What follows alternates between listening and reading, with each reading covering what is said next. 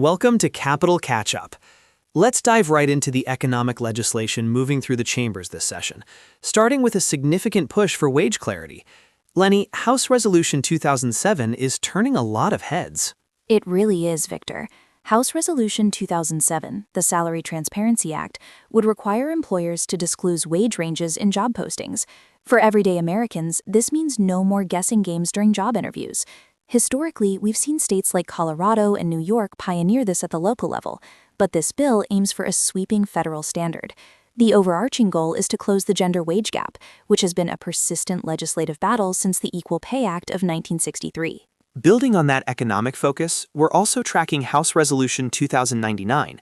This amends the Workforce Innovation and Opportunity Act, or WIOA, specifically to authorize a study reviewing the outcomes of entrepreneurial skills development programs. WIOA was passed back in 2014 to streamline federal job training, but this new amendment shifts the lens slightly. Instead of just helping people join the traditional corporate workforce, it evaluates how federal programs are helping Americans start their own small businesses. And speaking of the workforce, there is a heavy legislative emphasis right now on domestic production and supply chain security. House Resolution 7442, the Made in America Jobs Act of 2026, pairs very interestingly with House Resolution 7458, the Domestic Ore Act. Exactly. The Domestic Ore Act focuses on critical minerals. If you own a smartphone or drive an electric vehicle, you are relying on these minerals, which are currently largely mined and processed overseas.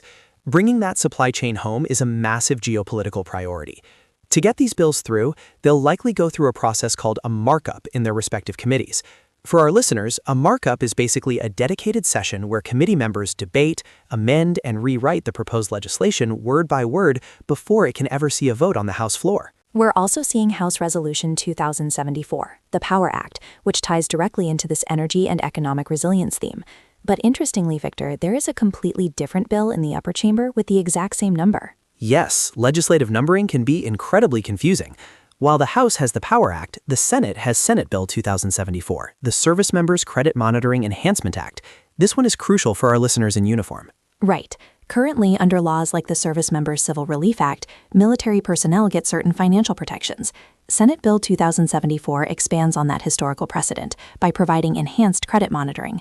When you are deployed overseas, you can't always check your mail or monitor your bank statements. This legislation aims to protect service members from identity theft and ruined credit scores while they are actively serving our country. Speaking of the military, let's talk about a bill with an incredibly long name, House Resolution 7771. Take a deep breath, the Agency-Wide Resource Synchronization and Enterprise Network for Authoritative Logistics Act of 2026. I see what they did there. They reverse engineered the acronym to spell arsenal. Classic Washington. But jokes aside, the Arsenal Act tackles a persistent multi-billion-dollar issue, the Pentagon's logistics and audit failures. It attempts to mandate synchronized enterprise networks so the Department of Defense can actually track its massive global inventory efficiently. Shifting gears to our public lands in the environment, we have a cluster of bills addressing federal land management. Senate Bill 1061, the Forest Service Accountability Act, is moving alongside House Resolution 3553, the Brush Fires Act. For anyone living in the West, wildfire management isn't just a political talking point. It's a matter of life, death, and property loss. The Brush Fires Act and the Forest Service Accountability Act are both attempting to force federal agencies to be more proactive with controlled burns and clearing dangerous underbrush. Historically, federal forest policy focused strictly on fire suppression, which inadvertently allowed massive amounts of dry fuel to build up over the decades. We're also seeing major conservation efforts with Senate Bill 949, the Protect Our Parks Act of 2025, and Senate Bill 1037, the Park Act. Both of these aim to secure consistent federal funding and establish firmer operational protections for national parks that are currently facing the dual threats of extreme weather events and massive overcrowding. Let's look at another complex Western issue, water rights. Senate Bill 953 is the Northeastern Arizona Indian Water Rights Settlement Act of 2025. This is a fascinating piece of legislation. If passed, it would ratify a settlement resolving decades of intense litigation over water rights for the Navajo Nation, the Hopi tribe, and the San Juan Southern Paiute tribe. For our listeners, tribal water rights are often based on what is known as the Winters Doctrine, a 1908 Supreme Court decision stating that when the government created reservations, it implicitly reserved water rights for them. But quantifying exactly how much water they get takes an act of Congress. Settlements like Senate Bill 953 provide federal funding for essential water infrastructure in exchange for the tribes agreeing to a quantified cap on their water use. This gives long-term certainty to the tribes as well as neighboring cities and farms. It's a delicate balancing act that requires a 60-vote threshold to overcome a filibuster in the Senate.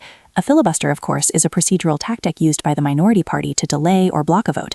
Breaking it requires what we call cloture, a formal vote to end debate and move the bill forward. Excellent point on procedure, Lenny. Moving over to the justice, education, and national security sectors, things get highly controversial.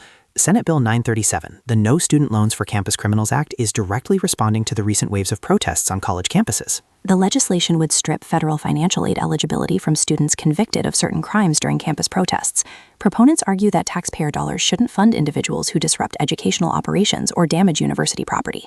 Opponents view this as a chilling effect on First Amendment rights, arguing it is reminiscent of the strict campus crackdowns during the anti-war protests of the 1960s. We are also tracking House Resolution 2067, the PARS Act, which deals with administrative risk and security protocols, and a deeply polarizing bill, House Resolution 4097, the Designate KAIR as a Terrorist Organization Act. House Resolution 4097 targets the Council on American Islamic Relations.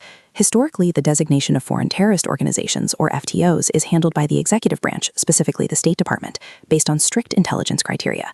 Congress attempting to bypass the executive branch to statutorily designated domestic civil rights organization is highly unusual.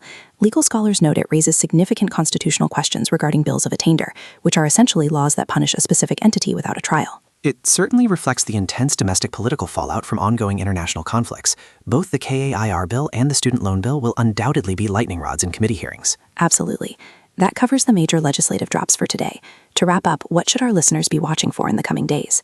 Keep an eye on the committee schedules. Bills like the Salary Transparency Act and the No Student Loans for Campus Criminals Act are likely to generate fierce partisan debate in their respective markups.